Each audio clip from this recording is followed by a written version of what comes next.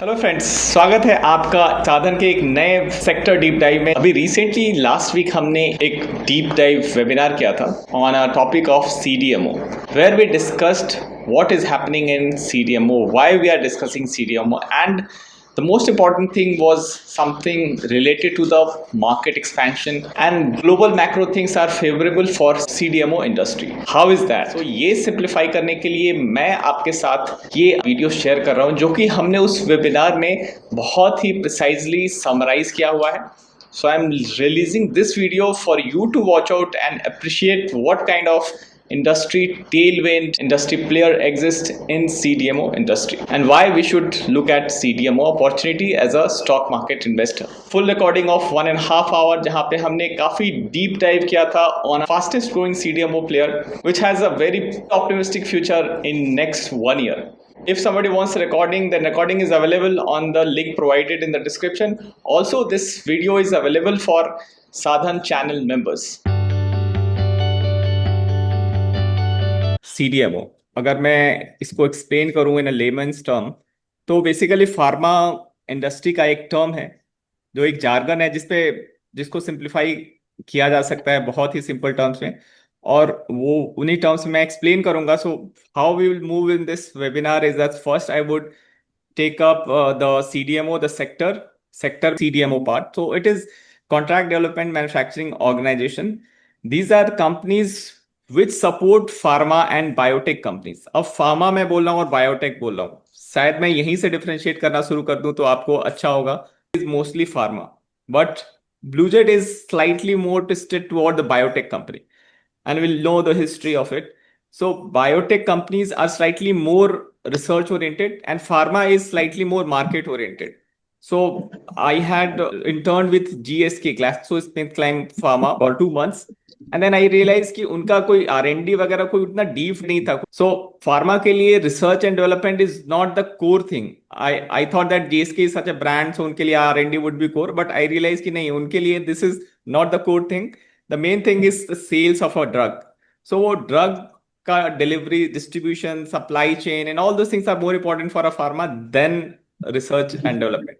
But for a biotech company, on the other hand, research is everything. They play for sixes. They don't chase runs. Single doubles में विश्वास नहीं करते. तो biotech company, they pay good. And CDMO में two clienteles are there. The biotech ones are the one who chase innovations, who try to do innovate, and that's why they kind of are the prime customer for a CDMO, any CDMO, and the more valued customer, and hence higher margin customer for them. अब एक briefly will touch upon कि ये जो CDMO करना क्या चाहते हैं, इनका existence क्या है, इनकी why they exist, because of US FDA.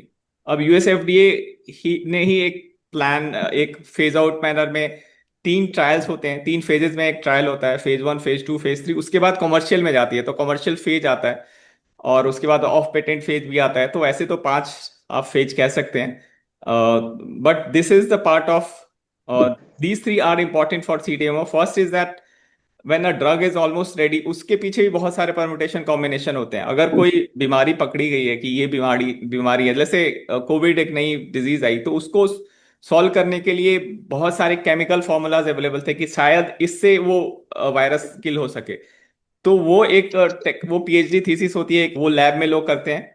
तो लैब लेवल पे जो टेस्टिंग होती है वो बहुत ही माइक्रो होती है, उसमें लोग नहीं घुसते. मैं उसकी बात नहीं कर रहा, बट जो लैब से निकल करके एक थ्योरेटिकल अप्रूवल आ गया कि ये ड्रग इस बीमारी को ठीक करने के लिए देखा जा सकता है, मतलब कि इसको हम लैब से बाहर ले जा सकते हैं. तो लैब से जब भी बाहर आप जाओगे, you need to have a backing of a CDMO, which will do in phase 1 a testing on animals. अब वो किसी गिनी पिग पे, किसी रैट पे, माउस पे जो एक्सपेरिमेंट होता है, उसको एक टाइम पे मेजर करना होता है. सपोज उन्हें आपने 8 o'clock डिनर के साथ कोई मेडिसिन दिया, फिर उसका इम्पैक्ट, अब उस ड्रग का एक हाफ लाइफ होता है. वो हाफ लाइफ सपोज 6 घंटे बाद है, तो अगर 8 बजे आपने उसे दिया है तो उसको फिर 2 बजे फिर टेस्ट करना होगा.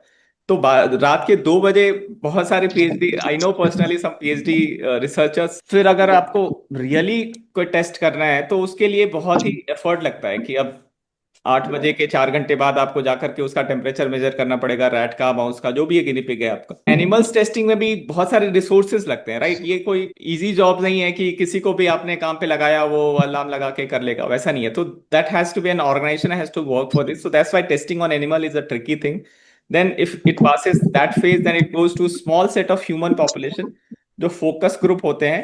फेज 2 में ही वही एक्सपेरिमेंट जो है small set of human population पे होता है कि ड्रग की इफिकेसी जो है उसको हम मेजर करें।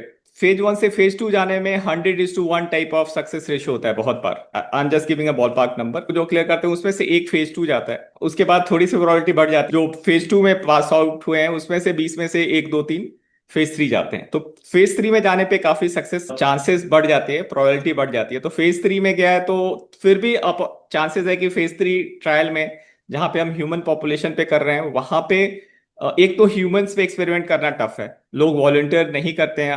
तो और उस वॉलंटियर कंडीशंस जो है वो कैसे हैं, वो बहुत सारी वेरिएबल्स आ जाते हैं। आप माउस रैट को तो एक कोने में पकड़ के उस पर एक्सपेरिमेंट कर सकते हो, but human population has to be tested in a focused group. Focused group में बहुत लोग वॉलंटियर करेंगे, कुछ पार्टिसिपेट नहीं करते हैं, या बहुत सारी प्रॉब्लम होती है। सो सीडीएमओ जो है, this is the agency which help a drug maker sell through this. अब आप इमेजिन करिए कैलिफोर्निया में कोई बायोटेक कंपनी है जो कि 5 6 लोगों ने, पीएचडी साइंटिस्ट ने सेट आउट किया है। Will they be able to manage all of this show, phase 1 to phase 3? A simple answer is humanly not possible for them to run this, because जो तीसरा फेज ट्रायल होता है वो, there are requirement की more than 100 human पे होना चाहिए, more than 1000 पे होना चाहिए बिफोर कमर्शियल। तो आई थिंक मोर देन 1000 वाला एक नंबर होना चाहिए जिसपे ये टेस्टेड होना चाहिए। So once a drug passes the phase 3, commercial manufacturing begins. So this is the journey of a drug, and उसी में CDMO is the main actor doing all of this. अब आपने एक दो टर्म और सुने होंगे, CDMO, CRO एंड CRDMO। तो CRO is nothing but contract research organisation. So ये फेज 1 to 3 में जो हेल्प करते हैं वो एक्चुअली CRO का काम है। वो मैन्युफैक्चरिंग और डेवलपमेंट के पहले वाला जो स्टेज है, डेवलपमेंट, कमर्शियल डेवलपमेंट से पहले, यानी phase 1 phase 2 is basically CRO job. Phase 3 में भी हो सकते हैं, बट जो फेज 3 और कमर्शियल प्रोडक्शन में जो जाते हैं, दोज आर CDMO। और CRDMO वो हो गए जो फेज 1 फेज 2 से लेके कमर्शियल तक चारों स्टेजेस में जाते हैं। These guys are CRDMO।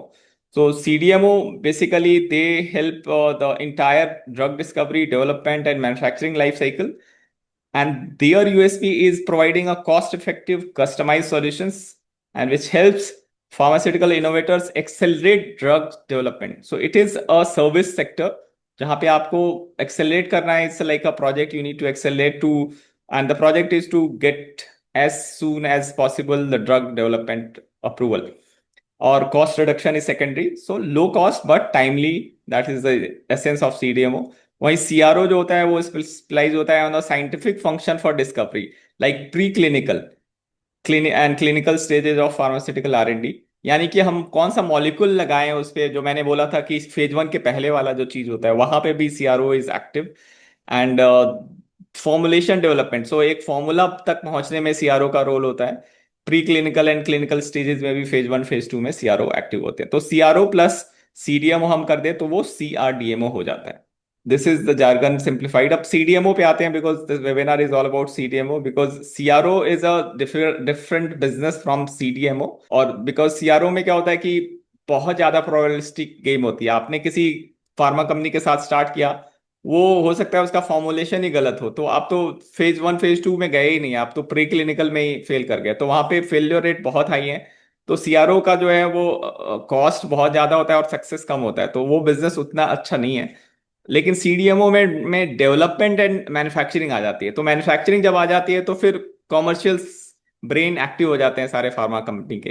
तो डेवलपमेंट एंड मैन्युफैक्चरिंग में जो है वो बिजनेस जो होता है वो हेल्दी बिजनेस होता है। मतलब वो कोई फ्रीलांसिंग से आप एक कॉर्पोरेट जॉब की तरफ आ गए, इस kind of that journey which is CDMO industry for you. तो करेंटली अगर हम इंडियन CDMO इंडस्ट्री की बात करें, जिसमें CRDMO इंडस्ट्री का एक एस्टिमेट है जो वो 3 to 3.5 बिलियन है, which is just 3% of the global CRDMO market. The industry is at a tipping point with strong fundamental and massive headroom to grow. And I will substantiate each word of it. So let's first understand the statistics that so far FY 2023 में we have around 7 billion kind of this the market. So, but right now it is expected to double to 14.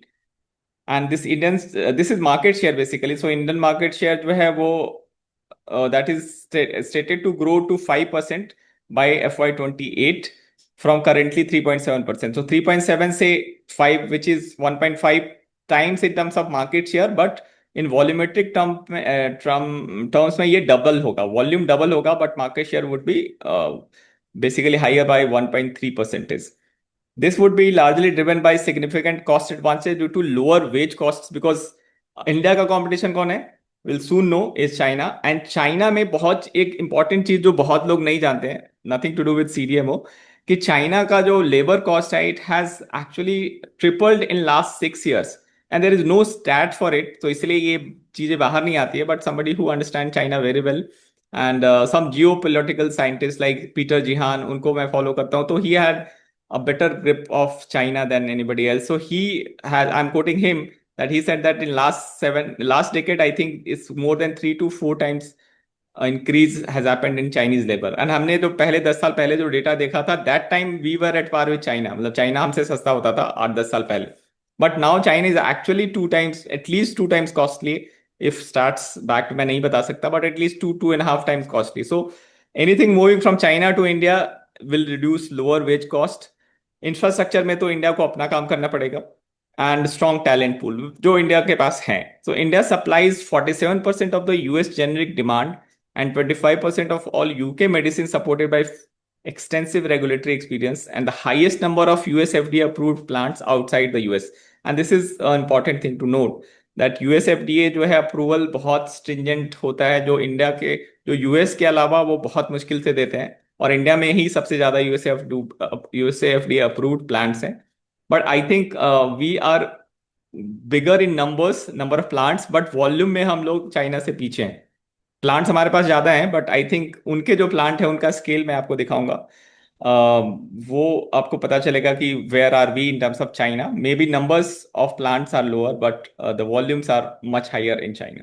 But before we visit China, let's understand USA, because ultimately this pharma is a brainchild of USA capitalism. By the way, pharma is the largest business segment in USA. So pharma की lobby US में सबसे powerful है. Why we are talking of lobby? Because अभी एक biosecure act आया था जो कि बिडेन का लास्ट अप्रूव्ड ये था एक्ट था. तो उसने उन्होंने और सितंबर 9 को अपने रिटायरमेंट के पहले ये पास ऑन किया था अपने हाउसेस में, और जो कि 306 वर्सेस 81 से पास हो गया था. 2/3 से ज्यादा उसको रिक्वायरमेंट थी पास होने की. And now it is sent to US senate and refer to the committee of homeland security and government affairs. तो इसका मतलब यह है कि लेजिस्लेशन बनने के अभी more than half it is done, but अभी भी थोड़ी सी लॉबी और वो सब के लिए स्कोप है, बिकॉज यूएस सीनेट जो है वो किस तरफ टिल्ट करती है, that is subject to pharma lobby and all. So but this is some, it may come. I mean, strong chances that this USA Biosecure Act will come, but I should explain that this has not yet enacted yet, so that is to be noted. Legislation में बात क्या हो रही है कि it intends to prevent US pharma companies that receive federal funding. मतलब US pharma में funding बहुत होती है, that's why वहाँ की फार्मा इतनी बड़ी है. सोशल सिक्योरिटी का पूरा पैसा जो है वो US फार्मा को जाता है.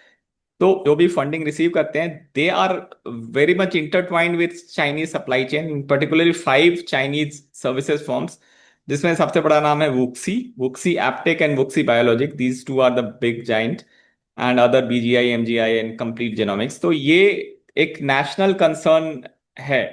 This concerns national security and that's why this is sensitive. तो इसमें होगा क्या कि ये तो उन्होंने हाईलाइट कर दिया 5 कंपनियां जो है जो यूएसए से बहुत ज्यादा बिजनेस ले जा रही हैं.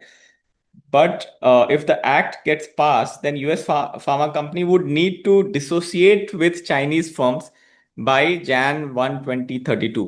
तो अभी भी हम 6 साल दूर हैं, बट 6-7 साल में एक स्टैगर्ड वे में ये यूएस से चाइना से बिजनेस कहीं और जाएगा, possibly to India.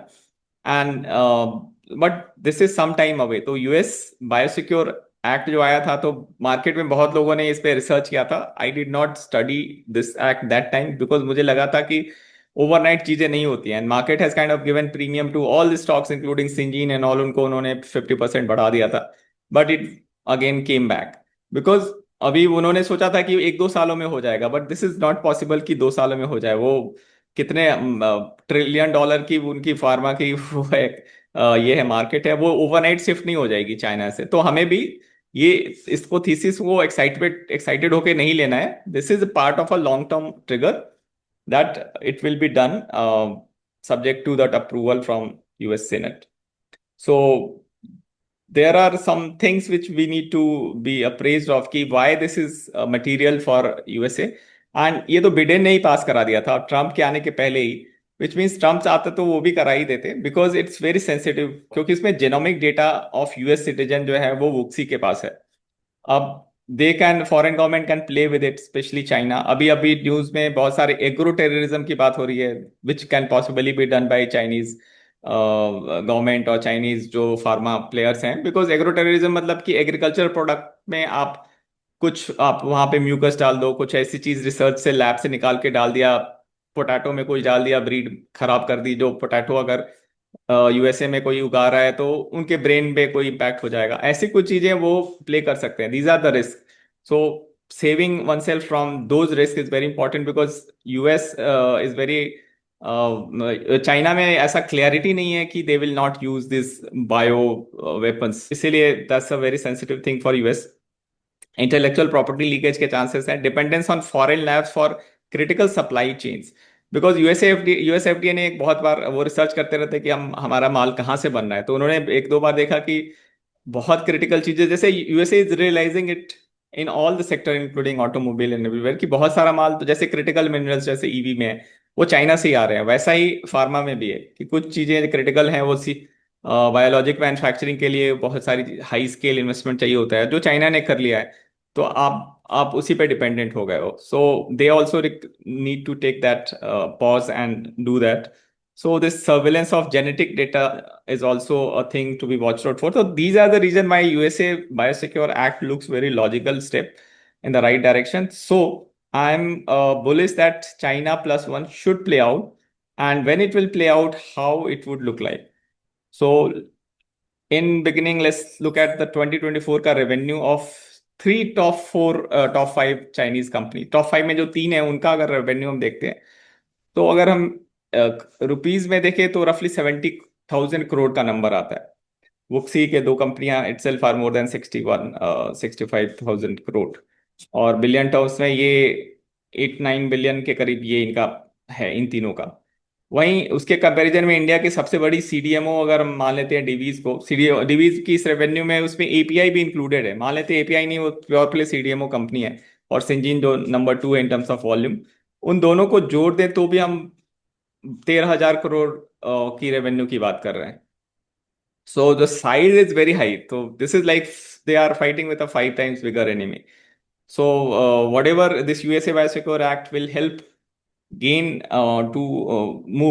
business for Indian companies someday if they do their act together. So China plus one story started in 2022, but it will take at least 2-3 years to play out. So number have started reflecting in 2025. So let's look at some numbers. Before number, let's understand the logic why numbers are in support of us. So Indian companies जो हैं उनका CDMO का cost advantage against USA is very high. Is 60% cheaper than USA. इस opaque जो Asia Pacific है उससे भी उसका कॉस्ट भी 50% है, हमारा 40% है। तो यूरोप और यूएसए का तो सारा बिजनेस यहाँ शिफ्ट होना चाहिए, because Europe EU is also 70% production cost wise. And वहीं पे Indian CDMO are, because they are cheap, they have developed the infrastructure right, so they are expected to gain. 2018 में as I said that 3% market share था, 2023 में 3.75 या 4% कह सकते हैं, और 2028 में it is definitely going to be 5%। This is as per the Frost and Sullivan report, and Macquarie के भी रिपोर्ट में उन्होंने भी इस चीज को रिहैश किया था। So the cost are going to drive the economics. So Indian value chain becomes important. Let's understand the complete landscape कि कौन से प्लेयर क्या कर रहे हैं। We need to dissect this sector into two part. X axis पे आपको technology का ये है इंटेंसिटी है। तो राइट साइड में हाई टेक वाली कंपनियां हैं एंड लेफ्ट हैंड साइड में लो टेक कंपनियां हैं। और वर्टिकली मूव करें तो जो प्रोडक्ट कंपनियां हैं, प्रोडक्ट बेस्ड कंपनियां हैं which has higher margin by by nature, वो ऊपर में है, और सर्विस फोकस्ड कंपनियां हैं वो नीचे में है। और जो चार्ट में जो ब्लू कलर से जो सर्कल है that is total revenue and yellow is the CDMO revenue, उसमें से सीडीएमओ का कितना परसेंटेज आ रहा है। So if we try to look at the right side then which is the high tech side में सिंजीन है, but they are service focused company. Piramal Pharma is also mixed bag. They are largely a service focused company and product भी है उनके पास. They are in high tech but they are towards the service. But product side में हम देखिए जहाँ पे main alpha है, वहाँ पे सुवेन फार्मा फार्मा आता है जो कि हाई टेक है और प्रोडक्ट फोकस्ड है। डिवीज आता है एंड ब्लूजेट आता है। बाकी दुनिया में अगर हम देखें तो और लॉरस लैब भी करती है जो कि स्लाइटली लो टेक है बट प्रोडक्ट फोकस्ड है। Neuland is also slightly low tech but product focused है। तो आपको अगर मन में ये आंसर करना हो कि why not I am talking about Laurus lab और Neuland lab, because they are not working with the innovator companies which are high tech in nature.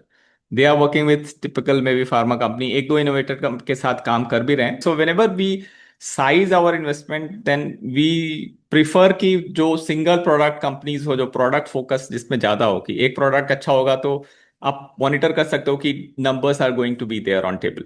अगर 20 प्रोडक्ट वाली कंपनी है, first of all you cannot track all these 20 products, export data में भी आपको 20 बार देखना पड़ेगा। So it's difficult to track, hence it's not a big great story.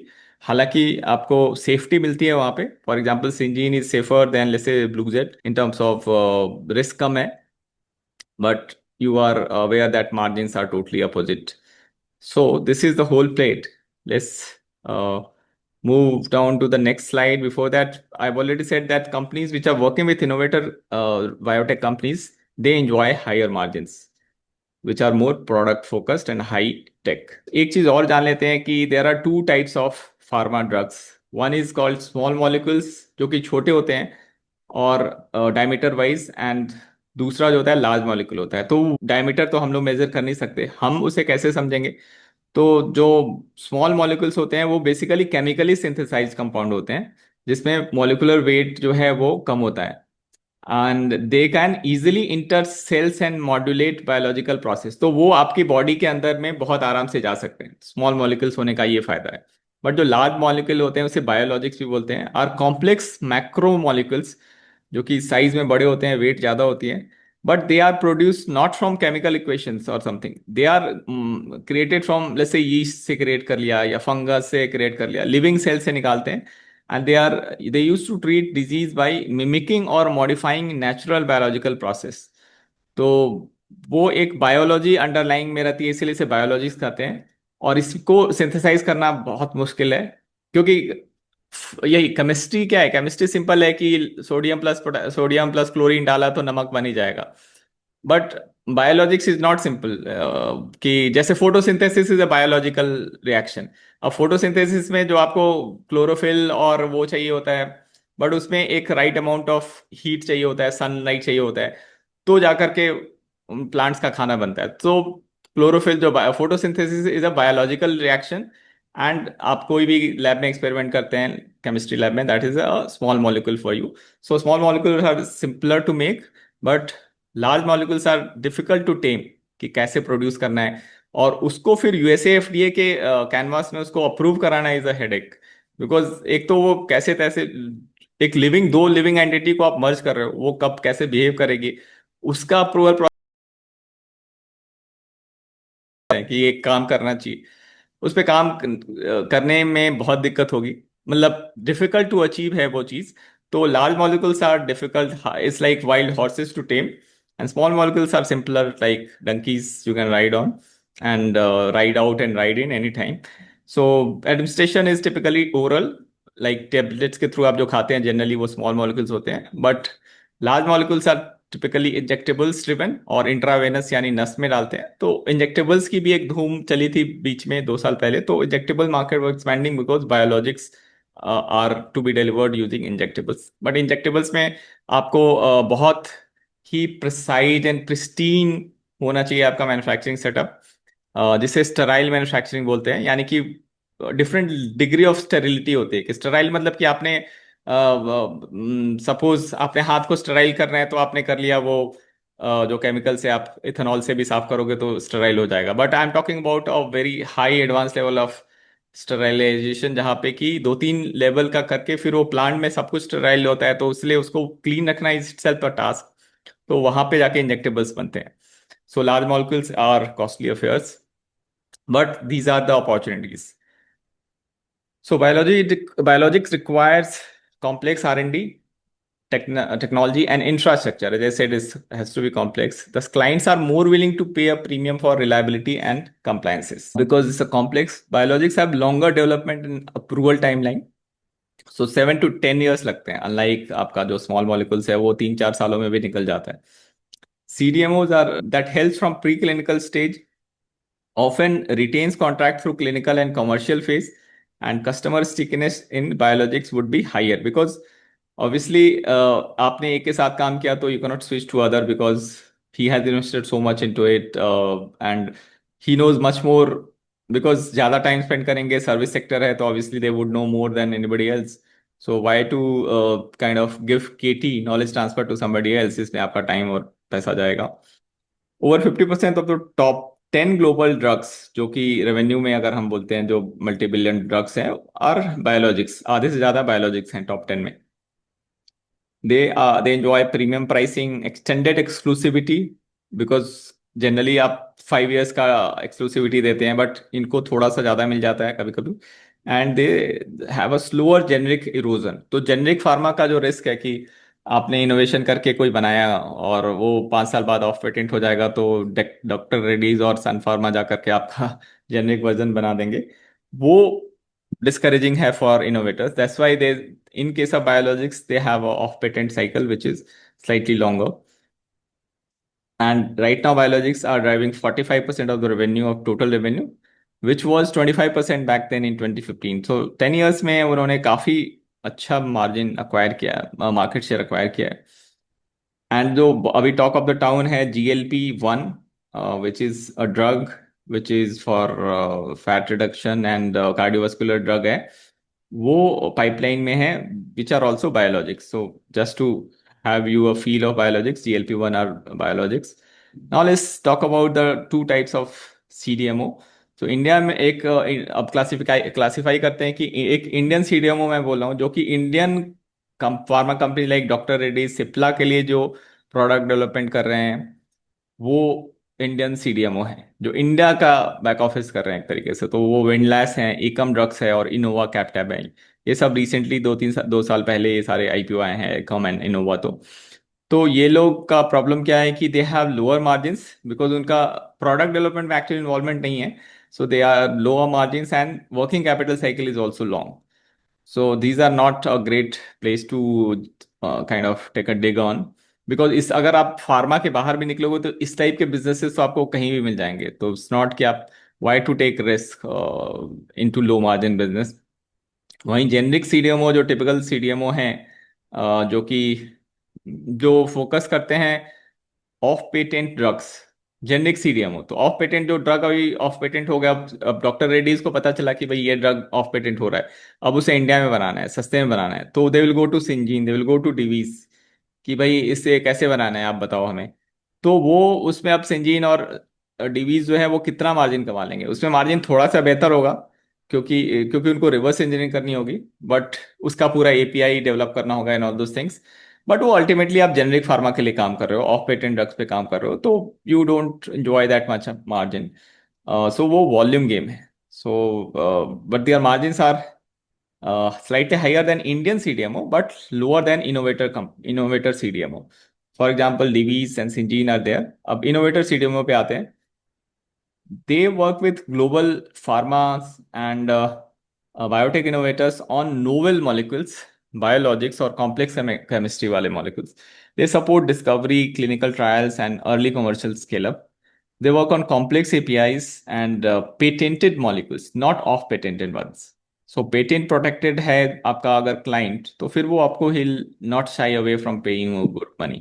And actually I deep dive into this sector and an emerging player in this sector into Sadhan Inception series, which is a series of deep dives of multiple sectors, multiple stocks. इस CDMO deep dive में हमने more than 50 slides prepare किए थे and it took us 1.5 hours to explain the opportunity. And thus I would like you to know that this CDMO webinar recording is available on our website. You can find the link in the descriptions, and also this video was shared with Sadhan channel members, so do check out our Sadhan channel membership by hitting the join button near the subscribe button. I look forward to seeing you more on Sadhan, because we are deep diving into many such stocks, and you can check our library of Sadhan videos where we have recently deep dive on Zen Technology, Shakti Pump, Jazz Engineering and many more such opportunities. So be part of Sadhan revolution of investing.